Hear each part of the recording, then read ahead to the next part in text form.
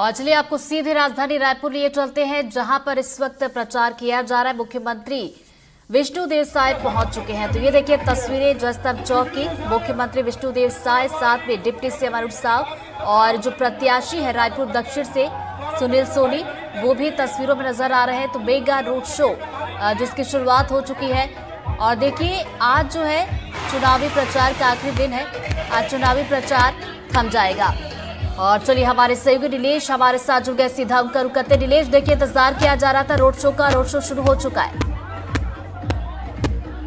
नीलेश, बिल्कुल रोड तो शुरू हो चुका है और काफी भीड़ लगी हुई है। और मुख्यमंत्री विष्णुदेव साय, डिप्टी सीएम अरुण साव, प्रत्याशी सुनील सोनी, बृजमोहन अग्रवाल, जिनको भी एक प्रत्याशी के तौर पर ही देखा जा रहा है, वो भी नजर आ रहे होंगे तस्वीरों में। और काफी संख्या में भीड़ भी नजर आ रही होगी। ये देखिए लगातार इसका इंतजार किया जा रहा था। मेगा रोड शो बीजेपी द्वारा प्लान किया गया है। बीजेपी के जो नेता है उन्होंने पूरी ताकत झोंकी थी इस उपचुनाव के लिए। यहाँ पर जो तैयारियां थी, ये माना जा रहा था कि बीजेपी का गढ़ है, ये जीत आराम से मिल जाएगी, ऐसा दावा शुरू से किया जा रहा था बीजेपी की ओर से। लेकिन बावजूद उसके लगातार बड़ी संख्या में जो नेता जो है जुटे रहे चुनाव प्रचार के दौरान। और आज जब आखिरी दिन है तो भी पूरी ताकत है। और छत्तीसगढ़ के जो आज की तिथि में सबसे बड़े चेहरे हैं मुख्यमंत्री, वो खुद इस प्रचार में हैं, आपको नजर आ रहे होंगे। इसके अलावा प्रदेश अध्यक्ष किरण सिंह देव और बृजमोहन अग्रवाल, जिनको प्रत्याशी के तौर पर ही माना जा रहा है। वो कहा जा रहा है कि इस बार एक नहीं बल्कि 2 विधायक चुने जाएंगे। ऐसे में वो भी नजर आ रहे हैं, वो भी लगातार उसमें बने हुए हैं। तो ये काफ़ी महत्वपूर्ण मौका है बीजेपी के लिए। ने अपनी पूरी ताकत झोंकी है। कांग्रेस ने भी पूरी तैयारी के साथ चुनाव लड़ा है। ऐसे में काफ़ी महत्वपूर्ण हो जाता है कि अब चुनाव जो 13 तारीख को होने वाले हैं, तो जनता इनकी बात को कितना समझी है, इनको पर कितना फिर से भरोसा जताती है या नहीं जताती। ये सारी चीज़ें जो है वो 13 तारीख को ही संपन्न सामने आएंगे। लेकिन अब ये देखने वाली बात होगी कि क्या जनता भी इन पर भरोसा जताती है फिर से, या फिर इस बार जो किला है बीजेपी का, जो अभेद किला है बीजेपी का, वो इस बार टूटेगा। उस किले में इस बार सेंध लगेगी। ये एक बार देखने वाली बात होगी कि क्या इस बार सेंध लगेगी या फिर से बीजेपी के ही पक्ष में फिर से परिणाम आएगा। ये 13 तारीख को जनता तय करेगी और 23 तारीख को इसका जो नतीजे जो है वो सामने आ जाएंगे। जी, मौके पर मौजूद है, आप कोशिश कीजिएगा अगर आपकी बातचीत हो पाए तो, और साथ ही साथ हमें तस्वीरें भी दिखाते चलिएगा। और बिल्कुल सही कहा आपने, ये तो जनता बताएगी जब 23 तारीख को नतीजे आएंगे कि किसको जनता आशीर्वाद देती है। तो बातचीत करने की कोशिश कीजिए नीलेश, अगर आपकी बातचीत हो पाए। बिल्कुल हम कोशिश करेंगे। लगातार क्योंकि भीड़ भी काफ़ी ज़्यादा है इस रोड शो में और काफ़ी लंबा सफ़र तय करना है। करीब 2.5 घंटे का, आधे घंटे देर हो चुकी है ये रोड शो। तो जो स्पीड है वो भी तेज़ी से, क्योंकि 5 बजे तक का एक समय सीमा है। 5 बजे के बाद जो है चुनाव प्रचार थम जाएगा। ऐसे में 5 बजे की जो समय सीमा है उसको भी पूरा करना एक बड़ा चुनौती है। हमारे साथ बृजमोहन जी हैं। बृजमोहन जी, क्या लग रहा है इस बार 2 विधायक? निश्चित रूप से मैं तो परमानेंट विधायक हूँ ही, और अब अधिकृत विधायक सुनील सोनी जी बनेंगे और दोनों मिलकर दक्षिण का विकास करेंगे। तो ये दक्षिण में विकास करेंगे, ये दावा है बृजमोहन अग्रवाल का, जो जिनको सांसद बनने के बाद ये सीट खाली हुई है। बृजमोहन जी को लेकर ये कहा जाता रहा है कि वो यहाँ से कभी नहीं हारे हैं। लेकिन क्या इस बार परिणाम बदलेगा या फिर वही होगा, ये तो परिणाम बदल चलेगा। लेकिन ताकत पूरी तरह से वैसे ही लगाई गई है जैसा कि मुख्य चुनाव में लगाया जाता है। और बृजमोहन अग्रवाल जिस दिन से टिकट का ऐलान हुआ, चुनाव का ऐलान हुआ, वो पूरी ताकत से खुद भी जुटे रहे, प्रत्याशी के साथ पूरा दौरा किया उन्होंने। लगभग हर जगह गए, वार्डों का दौरा किया। इसके साथ साथ आज मुख्यमंत्री के साथ भी वो नजर आ रहे हैं। जो भीड़ नजर आ जा रहे हैं, पटाखे फोड़े जा रहे हैं, इससे ये थी एक कोशिश है कि उपचुनाव हो, चाहे ये कोई बड़ा चुनाव हो, हर चुनाव को बीजेपी एक जैसा ही लड़ती है, उतनी ही ताकत से लड़ती है। इसका एक मैसेज देने की भी कोशिश है कि चुनाव चाहे छोटा हो चाहे बड़ा हो, एक हो या जो कि देखिए उपचुनाव है, लेकिन कहीं से भी ये नहीं लग रहा कि उपचुनाव है। जिस तरीके से हम देखते हैं, लोकसभा चुनाव की बात की जाए, विधानसभा चुनाव की बात की जाए, बीजेपी मैदान में उतरती है, पूरी ताकत झोंकती है और ये तस्वीरें साफ बताती है कि रायपुर दक्षिण का जो उपचुनाव है वो बीजेपी के लिए कितना ज्यादा महत्वपूर्ण है। दिखाई बीजेपी ने उस परिणाम में कितना तब्दील होगा पता चलेगा, लेकिन अभी रोड मिलता नजर आ रहा है। जी नीलेश, जैसा कि मैं जिक्र कर रही थी कि उपचुनाव जरूर है, लेकिन बीजेपी के जो तमाम दिग्गज इस वक्त मैदान में उतरे हैं, पूरी ताकत झोंक रहे हैं और ये बताता है कि उपचुनाव कितना ज्यादा महत्वपूर्ण है बीजेपी के लिए।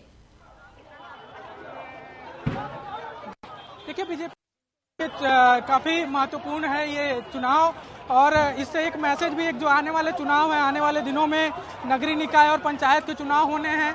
ऐसे में बीजेपी उसकी तैयारी के हिसाब से भी इसको देख रही है, एक समीक्षा के तहत देख रही है कि अगर इस चुनाव में परिणाम क्या रहता है, जीत का दावा किया जा रहा है लेकिन जीत हार का अंतर क्या रहता है, वो भी तय करेगा कि जनता का मूड क्या है, जनता क्या बीजेपी की जो 9 महीने के काम है उसमें भरोसा जता रही है या फिर उसको किसी बात को लेकर कोई संशय है। ये भी एक चुनाव परिणाम जो है ये तय करेगा कि जनता का मूड इस बार क्या है, जनता 9 महीने के काम से कितना खुश है। ये भी एक चुनाव परिणाम के साथ ही समझ आएगा। नीलेश, बीजेपी की बात की जाए तो जाहिर सी बात है कि रायपुर दक्षिण बीजेपी का दबदबा यहाँ पर शुरू से ही देखा गया है, लेकिन कांग्रेस की बात की जाए तो कांग्रेस की तरफ से भी कोई कसर नहीं छोड़ी गई इस उपचुनाव को जीतने के लिए।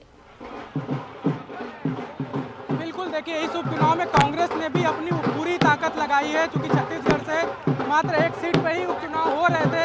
ऐसे में कांग्रेस की जो पूर्व मुख्यमंत्री रह चुके हैं, कांग्रेस से जो सबसे बड़े नेता माने जा रहे हैं भूपेश बघेल, उन्होंने कई सभाएं की। नेता प्रतिपक्ष चरणदास महंत ने कई सभाएं की। दीपक बैज जो प्रदेश अध्यक्ष हैं, उन्होंने लगातार जनसंपर्क करते रहे, सभाएं की उन्होंने। और इसके अलावा जो भी संगठन और विधायक हैं, पूर्व मंत्री, उन लोगों ने भी पूरी तरह से चुनाव लड़ा है। और युवा वर्सेज अनुभव का इस बार चुनाव का दावा किया जा रहा है। युवा प्रत्याशी हैं आकाश शर्मा जो कांग्रेस से है, महज 34 साल की उम्र है और युवा कांग्रेस के प्रदेश अध्यक्ष भी हैं। युवाओं में एक बड़ी पकड़ मानी जाती है उनकी। और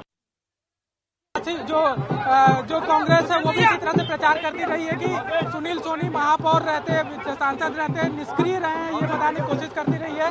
और ऐसे में इस बार युवा को मौका दिया जाए तो अब इसके पूरी ताकत से चुनाव कांग्रेस भी लड़ रही है, लेकिन उसके परिणाम क्या होंगे ये जरूर भविष्य में ही देखने को मिलेंगे कि परिणाम क्या होंगे। लेकिन कांग्रेस इस बार चुनाव को लेकर। नीलेश, जो कि आप मौके पर मौजूद है, वहां पर तमाम कार्यकर्ता समर्थक एकजुट हुए हैं इस रोड शो में शामिल होने के लिए, अगर उनसे आप बातचीत कर पाए, साथ ही साथ तस्वीर भी हमें दिखाते चले।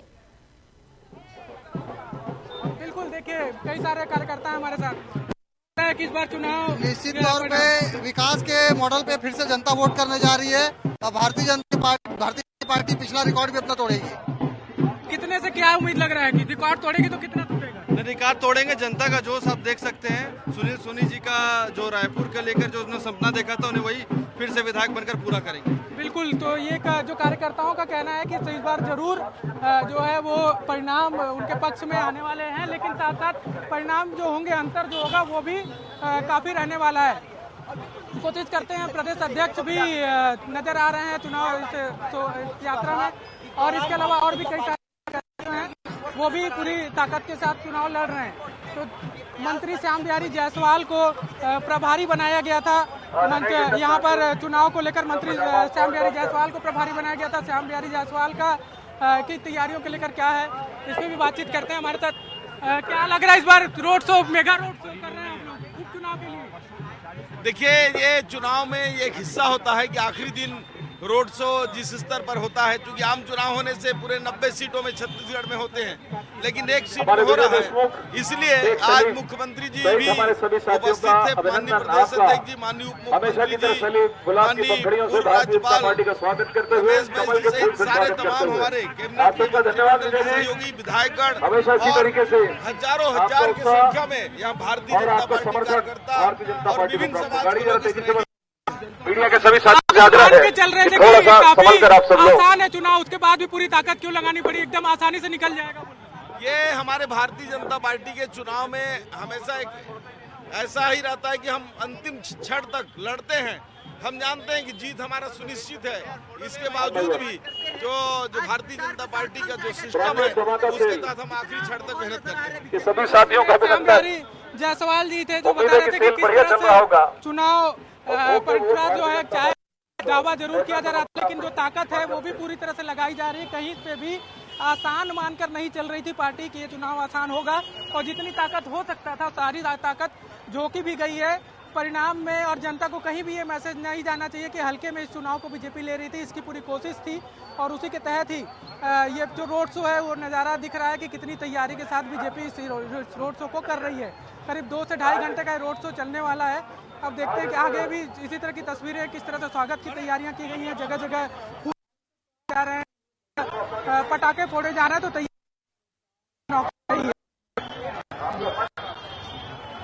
कितने दूर तक का ये रोड शो का सफर जो है पूरा हुआ और कितना बचा है, कहां तक ये रोड शो जाएगा?